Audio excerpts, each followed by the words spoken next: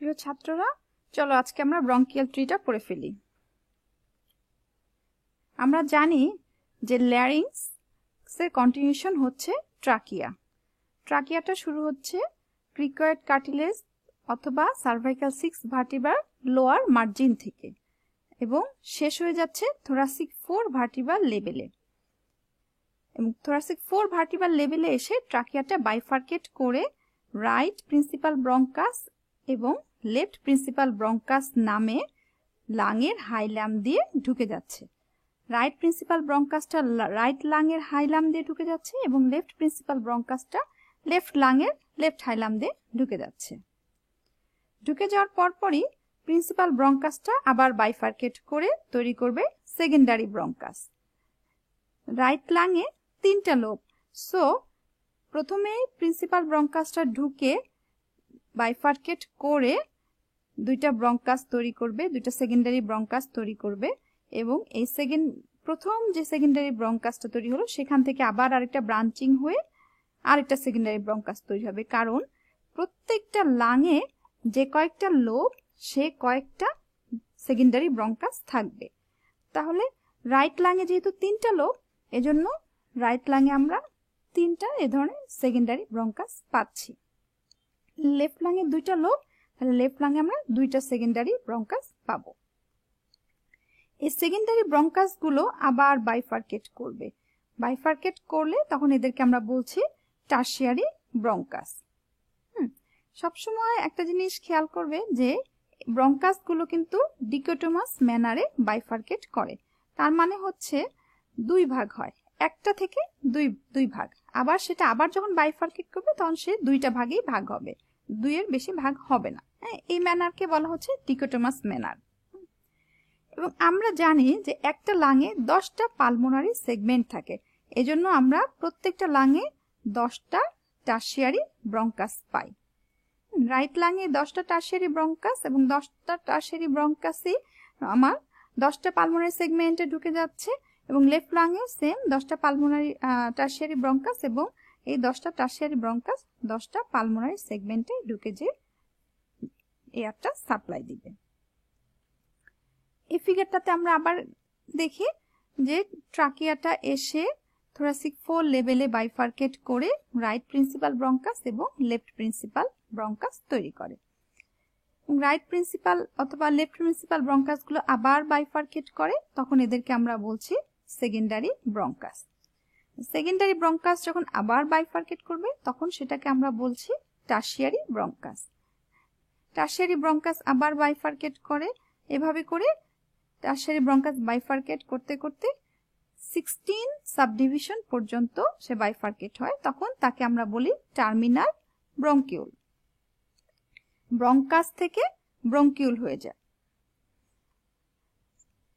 এই 16 সাবডিভিশন পর্যন্ত যখন সে বাইফার্কেট করলো, এইটুকু জোনকে আমরা বলছি কন্ডাক্টিং জোন এবং এরপর থেকে শুরু হয়ে যাবে রেসপিরেটরি জোন।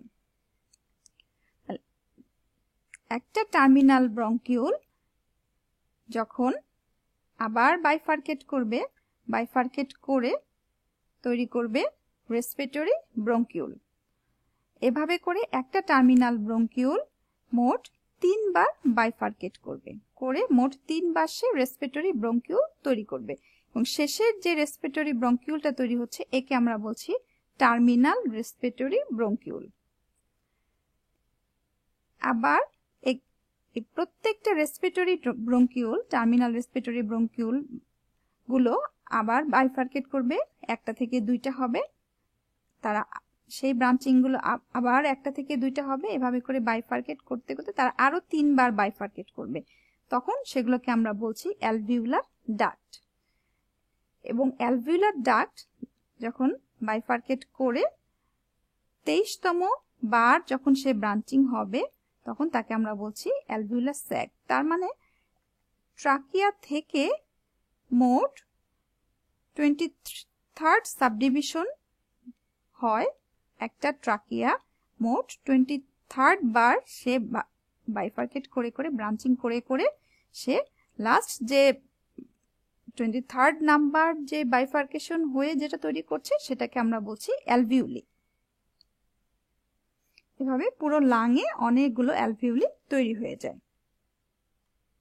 এবং এই অ্যালভিউলিটাকে আমরা বলছি লাংয়ের ইউনিট।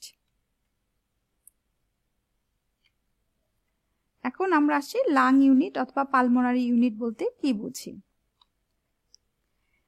লাংয়ে সেটুকু জায়গাকে আমরা পালমোনারি ইউনিট বা লাং ইউনিট বলবো যতটুকু জায়গাতে একটা টার্মিনাল ব্রঙ্কিউল দিয়ে সে সাপ্লাই পাচ্ছে।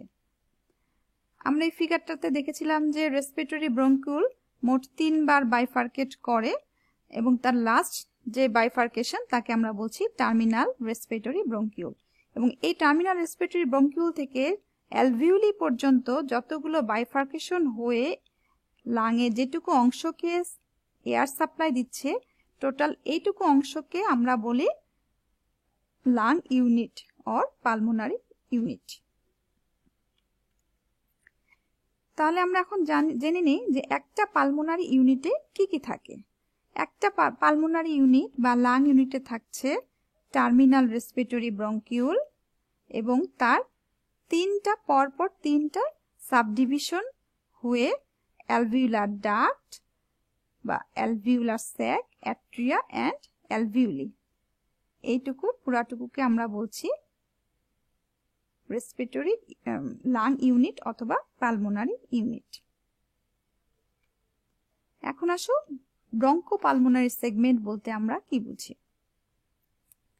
যখন কোন একটা টার্সিয়ারি ব্রঙ্কাস